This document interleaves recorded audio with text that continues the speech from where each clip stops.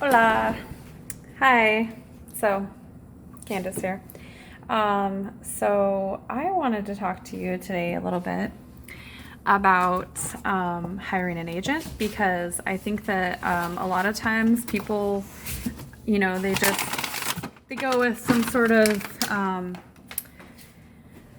recommendation off some sort of Facebook page, or their, who their friend used, and then they have an experience that's a little bit less than desirable, and they're like, "What in the heck?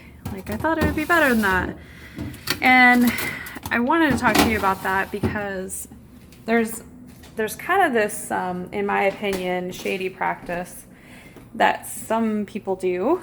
They basically are paying people to say that they're good. They're seriously, hey, I'll give you $25 to recommend me. I don't believe in that. We do have the right and the ability to be like, hey, thanks a lot, to my awesome client who I helped and, is still my friend, and I can send them like a gift card or a thank you card or something. Take them out to coffee, whatever. But I'm talking about people who have not worked with an agent, who have no experience with them, and they're getting payment to just sit on different Facebook groups or different social media groups and just sitting there just tagging away that agent and making them look like they're super awesome because, oh my gosh, look how recommended they are all the time, right?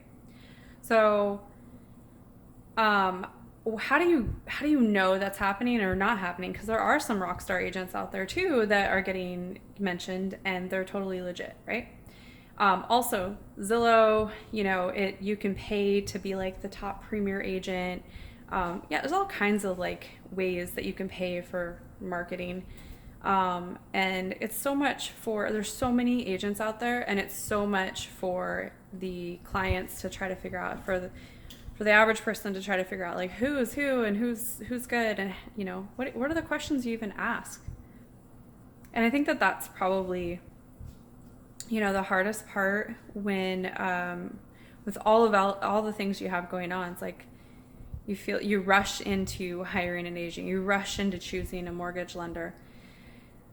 And I would say, if I could recommend one thing when you're doing this process, slow it down, take your time, find your match, because that is going to be or not be your person in your corner.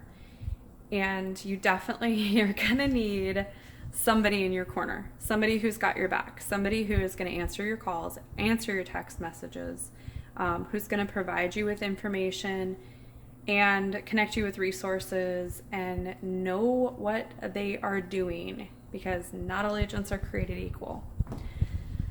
So let me tell you, most agents, the requirement is only a high school diploma, 90 clock hours, and in the state of Washington, we usually have to pass 2 online exams and then go sit for a state exam.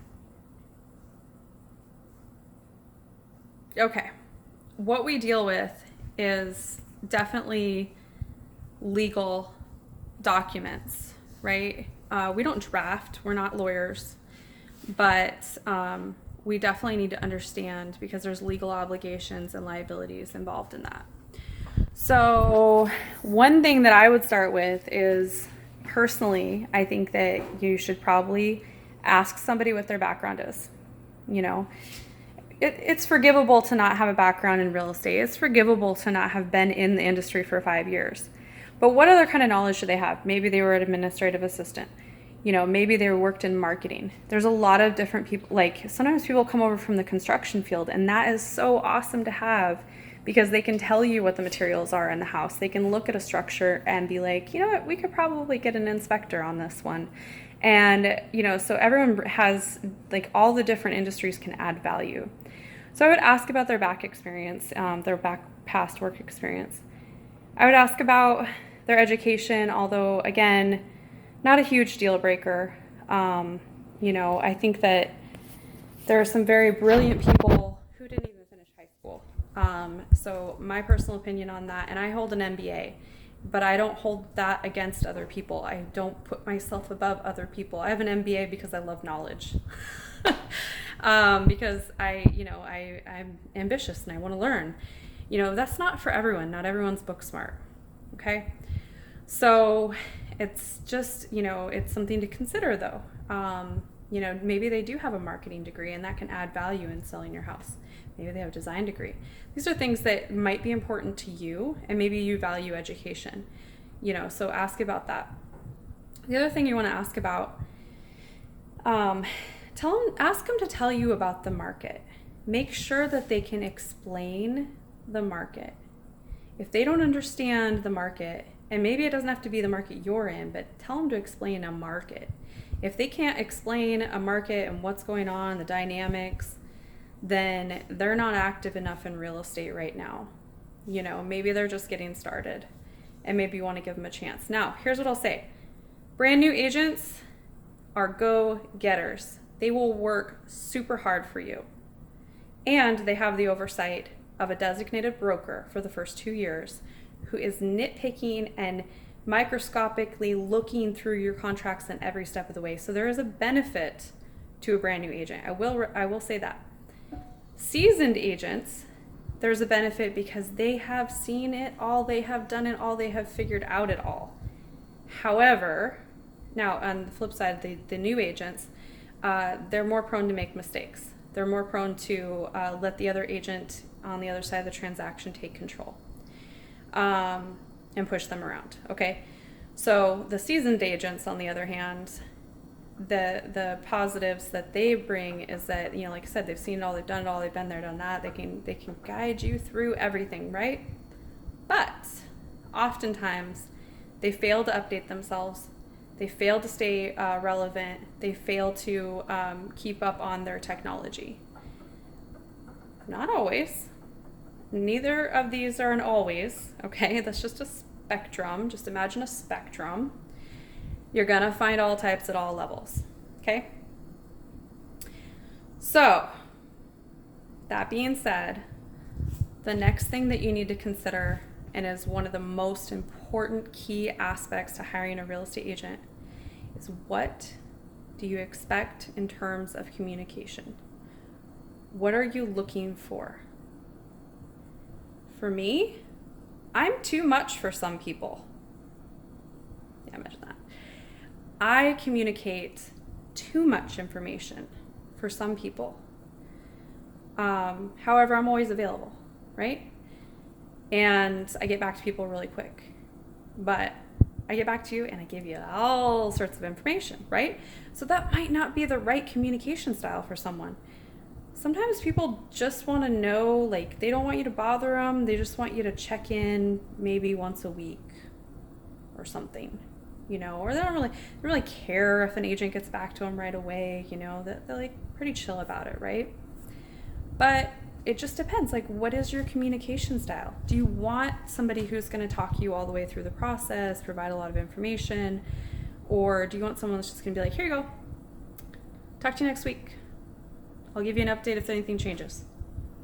That might be your style. That's totally cool. By the way, I can adjust to that.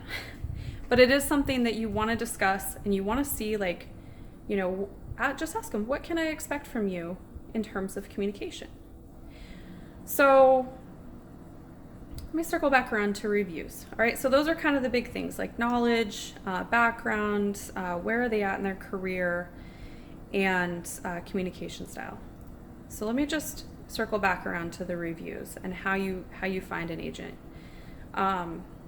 There's a couple different ways. You can do a Google search, you can go on Zillow, you can go on realtor.com, you can check with your friend, your neighbor, things like that. But what I would recommend is that you kind of use a little bit of all of that. Do a little search, kind of collect some names, collect some data, and then just sort of, check them out, feel them out. Look at their social media, look at their reviews, pick maybe your like top 5, narrow that down to your top 3, and then do an interview, an actual interview with them. And then once you pick that agent, commit. Commit to that agent, sign the document, sign the agreement, because you will get a hardworking agent if they know that you are committed to them. Real estate is very tough in the sense that we put a lot of work and a lot of effort into helping people, and we don't actually see always like a return on that investment of time. So we do a lot of things for free, but this isn't volunteer work. So when we know that someone is actually hiring us, we will work ourselves into the ground. I can say that across the board, most agents are working their butt off, and that's no lie. And I know it's expensive, right?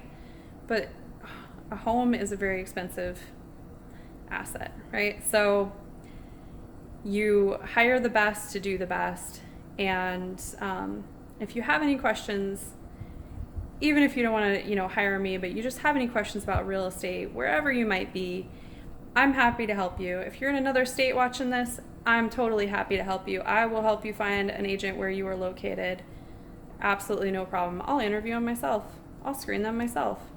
Because what is important to me is making sure that we get a more positive opinion of real estate and of real estate agents, and I just don't think that is out there right now. And I think that we need to change that mindset. We're not just a bunch of used car salesmen out here to make a buck. A lot of us genuinely care about our clients and want to do them right and do the best for them. Okay? So I hope that was helpful for the real estate tip for the day. I'm going to make some dinner now. Bye. Thanks for watching.